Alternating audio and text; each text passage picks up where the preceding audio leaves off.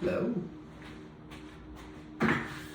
The boys are back in town. The boys are back in Hey, town. you're back to intro music. I like it.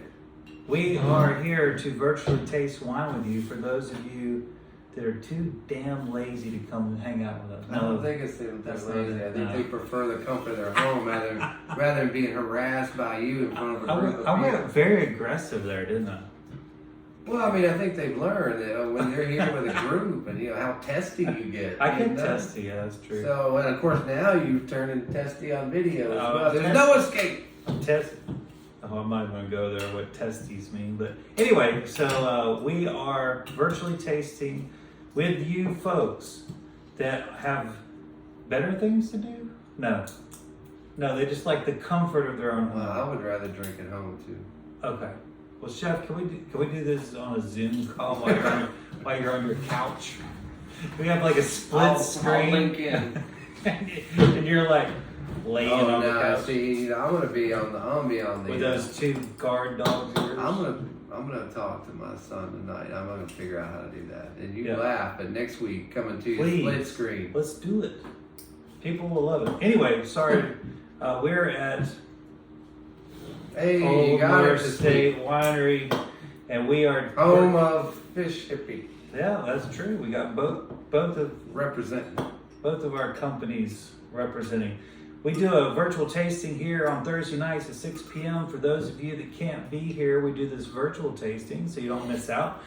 We cover 4 different wines in person and 2 on our virtual videos. And what our goal is to introduce people to as many wines as possible without them turning into a raging alcoholic. And showering the earth with plastic. Hey, I didn't pick the bottle, I just opened it. All right, so with that being said, this is your chef. His name is Chris. I'm your son. My name is Ed. And we make really podunk videos, but they're informative. They might help you purchase wine in the future somehow, some way. And we're gonna go Italian 2 times. We're gonna go Pinot Bianco and Pinot Nero. And guess what? Same freaking vine. Kinda. So Pinot Nero, or Pinot Noir as you may know it, that's the same thing. It likes to mutate a lot. And Pinot Bianco is one of its mutations. And so with that, we can have a multitude of different wine styles. I mean, I think there's well over 75, maybe 100 different Pinot variations. And Pinot Bianco, I don't know how many different hybrids there are mutations there are of it. But we do know for sure there's at least 2 on this here table here, covered in chef's notes. You can't see all these beautiful notes. I'm going to spill wine on all of his intellectual property here. You won't need to, because you can grab my personalized monogram towels on the way past the roll towels to clean it all up. It says Chris's stuff right here. This is your chef, folks. But you know, I made a little spill one day, and I was unopened. I was panicking because there's valuable stuff around here. So he knocked I over. opened this bag. He knocked and over stole a pile of a paper couple. towels. I want to tell you, these have been sitting here for like 7 years, 7.5. unused. But I'll never hear the end of opening this No, precious. this is the Chris's ammunition I've been stuff. waiting for my whole life. Yeah, we'll hold that over my head forever. Anyway, so I do spill things a lot. And I need things to clean up with. It was handy. It is right there. Not Chris handy, but handy. Just handy. All right, so enough kidding around, Chef. We got to talk about beautiful wines. We've got a tasting that's about to start in an hour. You spelled 40 minutes wrong. So people are picking up their They're up there now. They're picking up their wine right now for this video. We haven't even filmed it yet. Okay, it's been a crazy week. We've been harvesting. We've been making wine. We've been harvesting at school. It's been work has been We've been crazy. labeling wine. We've been delivering wine. We survived Mayberry Days the week of, which was we were just people from all over the country in town. And by all over the country, we mean Ohio. There was a lot of Ohioans, that's for They sure. were well represented. Yeah, but the whole southeast really Yeah, they showed up. congregates into this area for the whole week. There was events every week, parades, you name it, shows every night at the theaters, the Even a outdoor golf theater, tournament. golf tournament. I mean, just bus loads of people everywhere. It's wonderful. And then of course we celebrated my stepdad's birthday. Oh, that was great. And Chef made the most beautiful beef Wellington you've ever seen, and it was full of foie gras and 4 different kinds of foraged mushrooms, and wrapped in pancetta of all things, on top of the puff pastry with all the little cute flowers and It was adorable. and the bordelaise. It was And there was adorable. by the way, there was like 20 other dishes, and we like ate like a tenth of it because there was so well, much it was food. so. I mean, I put Like if I you- put something of everything The on the Wellington plate. was that big around. But the plate looked like, Thanksgiving. Because, I mean, you put one of everything on your plate. You couldn't see the plate. You cut something, things went jumping off of it. It was glorious. Yeah, it was perfect. perfect. So we like to eat, we like to drink, we like to work. Apparently, we like to work a lot. But we are going to talk about this Nomalas. Now, many of you have had their Pinot Grigio. And if you have had their Pinot Grigio, you'll know how exceptional it is. It really drinks well above its price point. I buy several cases every other week. Katie, awesome at Etruscan Imports, just hooks me up with so many great wines. We had a great tasting on Monday for our upcoming wine dinner on November 7th on a Tuesday night. We're going to have 3, maybe 4 different winemakers at that dinner. If you can get to Mount Airy on November the 7th, you will not regret it. This will be a dinner for the ages. I heard great things about your tasting notes. I'm excited. It's unbelievable. So excited. But these are the kind of wines that we are introducing to people, boutique, small wines, and Nomalas really brings the thunder. Now, this is Pinot Bianco. This is the white version, essentially, of Pinot Noir. It is, a mutation on the same vine, and that's what Pinot Noir likes to do. It's just it likes just kind of a bit of a chameleon like that. But regardless of the color, the wine is always delicious. And that's what I love about this. It's not like these are throwaway grapes. And we were just introduced to a newer grape, Tempranillo, mutated into a white, which is very rare, and they're propagating it now. But anytime nature gives us something like this, it is to our benefit. And we, people that are wise and keeping their eyes open or open their eyes to it and can repropagate that mutation, and then you have a beautiful wine. When I was listening to a podcast the other day, that Pinot Gris was all in the Pinot Noir and Burgundy. Mm-hmm. And they didn't even know it, because even like the grapes aren't like white. Yeah. They're like gray and like all these different Pinot so Gris, like, yeah. Pinot they Gris. had them in there in the Pinot Noir vineyards for decades before somebody said, "Are we sure this is Pinot Noir?" Sure. And they pulled it out and kept on going, and it made its way around the world as Pinot Grigio, Pinot Gris. But and a lot of places still put a little bit of Pinot Gris in their Pinot Noir just for the acid balance. Definitely. I mean, it's so, crazy. And so Pinot Bianco in the same light as that. I mean, it's just another part of the Pinot spectrum, if you will. And this is still allowed in places in Burgundy. It used to be even allowed in Champagne.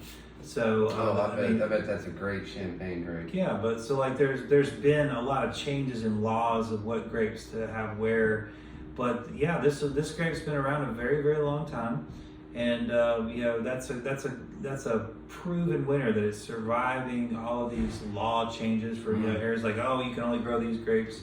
It predates those laws. So anyway, when I was in northern Italy, this grape was singing to me. It really was, particularly in the northern part of the country, in the Veneto, the Alto Adige. This grape is just brilliant. It's bright. It has great acidity. It has great minerality. It's light but complex, and those two things don't always line up together. Usually complexity, for me anyway, with the wines that I want that are complex tend to be a little bit heavier. And this is just really exciting wine. Like that's got like a little energy to it, you know? It's got some verve, you know, Yeah. it does, but it is light as a feather. But you mean your taste buds are saying different. Right. You know, it's just the weight of it is so light. But you're right. I mean, it's bright and effervescent, and it has a full spectrum of flavors, and it just leaves you with this delicious lingering lime that's just terrific. Yeah, this is a beautiful wine that you can serve with so many foods. Obviously, maybe not obvious to you. You're not tasting it with me right this second, but it is so seafood friendly. And of course, Chef Chris here produces so many beautiful seafood dishes, and we have people come here for our seafood. These are the kind of wines that you want to have with it, and so light on his feet, but very satisfying too.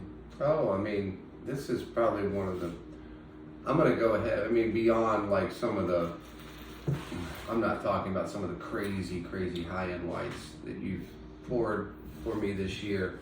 But in terms of the video series, it's my favorite white of the year. It's without a doubt. I mean, like second place isn't close. Yeah, it's of the video series. This is my favorite white of the year. It's the balance of minerality to fruit, I think, that really sets us apart from a lot of the wines that we've tasted. It really does. You want us. To me, my mind's struggling in a good way. It's because of those two camps, the fruit camp and the mineral camp. They're different. Yeah. And you know, some wines are more mineral, some are more fruit. This is absolutely perfectly balanced between fruit and minerality. And so my mind is like wanting to attach to one or the other, you know, or my palate, you know what I mean? Yeah, it's like you want to go, you want to cerebral. You want to assign it. Yeah. It has to be A or C. It can't be B. Right. It has both. It's, Yeah. you know. Yeah, and that's really where it's a tug of war, and that's a beautiful thing. Anything that makes you think is a great wine, in my opinion. And we talk about that ad nauseum at the chef's table, because the wines that we serve there are always thought-provoking. Always. And, you know, and of course, another testament to Alto Adige, the Veneto. I mean, of course, your footprints are still there, but, you know, one of the most visually stunning areas in the world for growing wine. I mean, Definitely. you're right there at the right before that. You're at the foothills of the Alps. You know, just these glorious mountain ranges. You know, the vineyards grown in steep areas, lots of water features. And just a stunning area. I've only had the privilege of seeing pictures, but I don't. You know, if it can inspire awe in people, I'm sure the grapes get a sense of that as well. And Definitely, just a remarkable, it's all tied together for sure. Remarkable growing area. A lot of pride in the winemaking in that area too. So if you're looking for your other white wine, you know, not your Pinot Grigio and not your Chardonnay, which I seem to be the only two grapes that, in terms of the white, well, probably Sauvignon Blanc. Those are probably the big three in the United States, I would say. Or at least in the restaurant world. You know, that's my background is restaurants. And those are the three grapes that people really want. But there's a myriad of other ones. That's why we are introducing you to so many along the way. And this, I think, should be on your radar. It's just a great expression. Great lingering, long finish on a white, which you don't normally, not a sentence you normally put with it. It stays with you. It's the perfect amount of dryness too. You know, it has It's you, all perfect. has you wanting to come back for more. Chef, we got to talk about food though. I forgot. Are you going to pair any food with us? Yeah, that's right. That's what we do here. Or just give them an extra bottle. How about I get the extra bottle and we do some food. I think a little bit of lobster, the brininess of the lobster is gonna serve this quite well. But I also want some creaminess. So what we're gonna do is I got in some of the thank you. This is appropriate. I got in that Rocket Robiola. Thank you. Ooh, we haven't had that in a minute. It has been a while, and that's from our friends at Boxcar Creamery in Hillsville. But they make exclusively Italian style cheeses, and this style of cheese is actually known to be in the northern part of Italy. So it's a brushed rind, soft cow's milk cheese, creamy and delicious, but has a lot of character from the vegetable ash and the brush. And I think that with some lobster is going to will hit all the notes. I think you're right. Now I did open this bottle to make sure it was sound, because this one to me, these wines of Italy, every now and again I get one that's corked, and so I just always want to, before we that's the one thing. We've never opened a wine in the hundreds of just dumb luck. I was like, you know what? For some reason, I was like, maybe I should open a wine before we serve it, because we don't do second takes. Anyway, so I did that today. And also, I wanted to know just how spicy this was. Because I remember tasting it for the first time thinking, this is really spicy. Well, and I tell you, you know, I don't know how anybody would do with a black glass, but you can't hide that Italian color. You can't hide it. The Italian wines have a certain hue, have a rust color to them that it doesn't appear anywhere else in the world. I don't think. I think it's one of the easier wines to visually say, not naming a varietal, but just saying an Italian wine. Doesn't this wine, like, it looks Italian, smells Italian, tastes Italian, but honestly, and it might just be me, but I don't have it pinned for a Pinot. It doesn't taste anything like a Pinot. Because it just becomes so Italian. Well, the soil there is like the mafia, right? You're one of us. Whether you like it or not, you're family. You're leaving the Pinot and Burgundy. You're one of us now, and we're gonna go knock over an ox cart. Yeah. And that's what Italian wines do. Even the delicate ones. I mean, you're gonna go knock over an ox cart. This is from Vicobarone. Absolutely delicious red wine that, again, we're talking about a couple wines here that are coming in sub 20, and that's just unheard of in this economy. Now, with the way inflation is. Yeah, but you can't get a dozen eggs for $20. Yeah, right. Actually, there was a time when that was a fact, right? What did that? Well, they keep going up. Everything's going up. I mean, I get mad at the store now.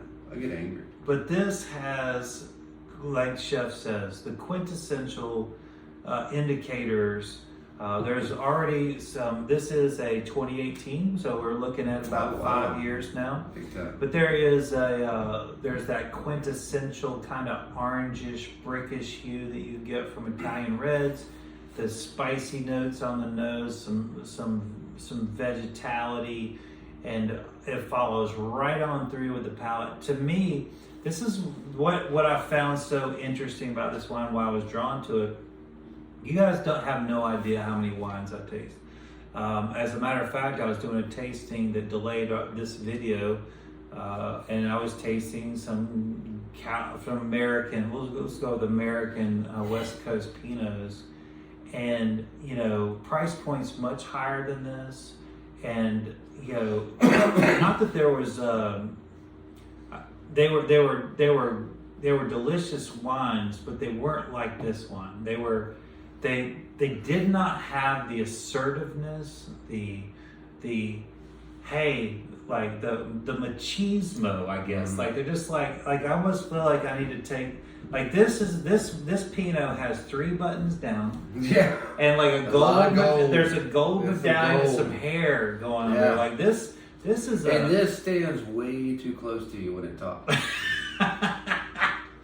And and honestly, this is just me. This isn't any official recommendation, but in my opinion, every Pinot, with the exception of Monterey, California, is just good. It's just okay, but that hasn't stopped anyone from charging California prices. But I mean, they're really not. I don't find them to the price doesn't always follow. I don't think they have a lot of character. I think the Monterey has some stunning Central Coast. The mountain regions have some stunning Pinots, but everybody else is just kind of, I don't know why they're doing it, but and maybe it's because I don't know. That's just my opinion. But this is this is taming the horse here. So we still have the classic light body of the lightweight rather of Pinot Noir. Of course, Pinot Nero as we're going to call it in Italy. But there's the tannins are a little bit rougher, a little bit more green. They're in a good way, in a very good way. There's the fruit is a little more tart. So there's, by design, this wine, I believe, from vineyard management and wine production, this wine was made to be different. And different is good when you're in a sea of vanilla. Well, there's too many people making the same wine. I think there's too many people with a preconceived notion of what their wine is going to taste like before the vine even buds. They have that's not always a bad thing, but the intervention in the vineyard of having things a certain way or picking a certain way before the expression of what's going on can be allowed to come to fruition. Works really, really well for a lot of people and a lot of wines, and especially for blending. But sometimes you just want to let's see what happens here. There's one of my favorite Pinots, actually. We drank a bottle of this last year. I got it from it's like an industry wine club of St. Innocent. And they send out in their wine club wines that they don't do for their normal wine club. It's only for people in the business. And they've got a vineyard up on top of a mountain that they don't do anything to. I mean, they literally do nothing. They go up every now and then just to make sure it's still there. But they don't trim it. They don't train the vines. They don't do any chemical. They don't do anything. They just let it run wild. And then they just harvest it and make this montage or this whatever it's called, wine every year on a separate label, and it's just delicious. It's wild, but it's wild. It tastes nothing like any of his crafted Pinots. He's got some really delicious crafted Pinots, but you taste these very elegant things like his Shea and his Freedom Hill and all these things are very, very elegant. But then he has this wild Pinot every year, and I just love that. Yeah, and I would say he's in an area where you can do that too. So he makes a lot of money so that he can play. True enough. And that's what we all want. And I think there's something to be said for the big wineries that also take some chances. Well, they haven't lost that raw passion. The money, the success hasn't gotten to their soul to the point where they still don't love those projects and still love the basics, and I think that's cool. Yeah, I totally agree. I want to make one note that this is not from the Veneto, so we're going a little bit further south here. Colli Piacentini, which is a region that at one point fell into Tuscan. It would be considered Tuscan, but that area shrunk a little bit. But this is an area that is about, 4,000 years of winemaking.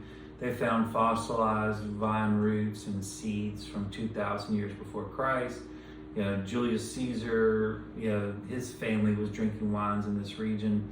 And it's you get the idea, this place is made for wine. And, the idea that 4,000 years of documented could be obviously it could be far more than that. The idea that, there was wines being made for that long, it's just,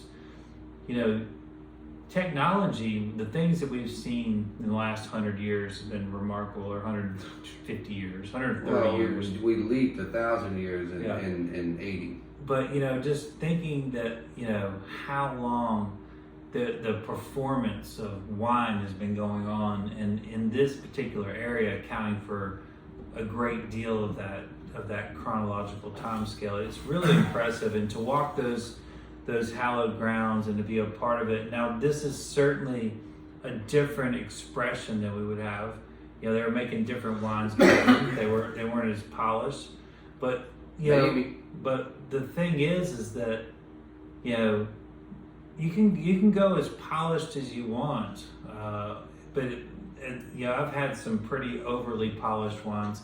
To me, there's something about Italian wines; they always just have a little bit of character to them, and I mean that in a very good way, because they're memorable wines. They have an identity, and I think this wine certainly has an identity. And I think that if we can continue to find great wines like this, we're gonna have a lot of happy people out there.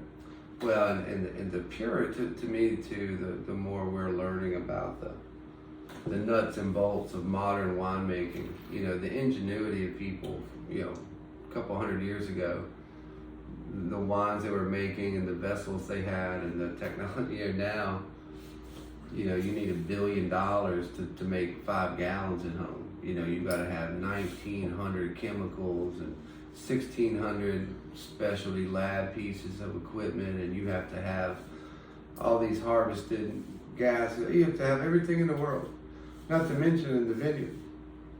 And they were like, you know, well, yeah, we got some clay pots and some grape pots, and they figured it out.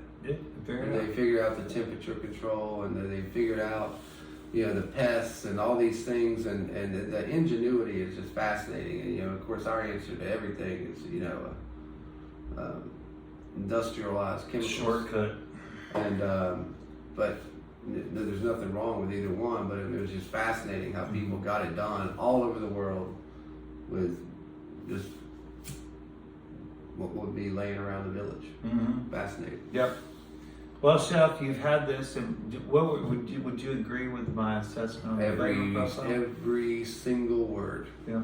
Spot on. The tannins are lovely building tannins too. This just really delicious.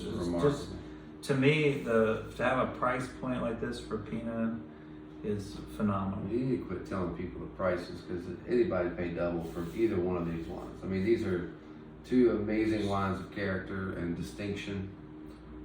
Look at that. That's beautiful. It's gorgeous. It's got almost going to orange. Orange? Yeah. What are you gonna pair with this? Mushroom bolognese. Perfect. And it has a bunch of wild, Andre just left, tons of wild mushrooms simmered in some delicious garlic from our friend George McDonald. I'm gonna throw a little bit of watercress pesto in there, and some Bear Wallow cheese from Looking Glass Creamery. Yep. Sounds great to me. Thank you all very much for always supporting our wine program.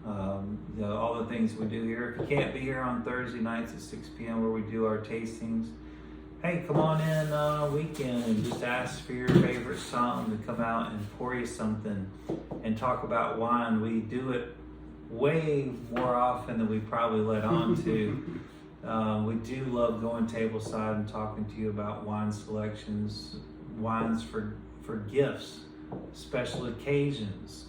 Obviously, we're making wine. We got a couple months to go before that comes to fruition. A lot to do in between now and then, surprisingly. There's always some daily maintenance, and but we sure are enjoying the process. If you're looking for fancy cheeses and cured meats to have your next little get-together for charcuterie, and you know, just to show off the incredible craftsmanship of the Southeast, we have those, and we support those fully. We think it's important to share those with you, the things that you can't get in your commercial grocery stores, rather. We think it's important to support the local craftsmen. We have all those for you. We have a beautiful market here with wines from around the world, cheeses and cured meats. Just restocked it this morning. It's a glorious thing. Bunch of new stuff. I love how excited our staff gets. Yeah, They're like, ooh, when do we get this? When do we get that? Yeah. Or they recycle their paychecks right back into the restaurant. It's fun. It's fun. Our staff eats well. they eat well, they drink well, and you know, and that's how it should be. You should be emotionally connected to your job. You know, I don't know if you know, everybody, no offense to data processing, but I don't know, you know, how passionate you get about it. I'm sure there are. I mean, Sure. no offense. I just had to say something. But I mean, that's obviously very, very important work. But anyway, I'm gonna shut up. They're probably not drinking wine and Eating cheese. Robiolo. Yeah. Well, I hope they are. You know, you do well at your job. You swing by here, you know, to unwind They from a long day they process. actually make a lot of money. They can afford it. You got that right. Well, we appreciate you as always joining in on our program. And be checking your emails, checking social media for all the things that are going on. If you're not part of our newsletters and things like that, please go to our website and sign up for our newsletters, emails, and check our Facebook and our Instagram to see what's going on at the restaurant on the regular. Lots of cool stuff on the pipeline. November 7th, don't forget that one. And we're thinking about our good friends, good loyal friends tonight who are. Stan, we're thinking about you. We love you, buddy. Hang in there. We'll see you soon. Y'all take care. Thanks.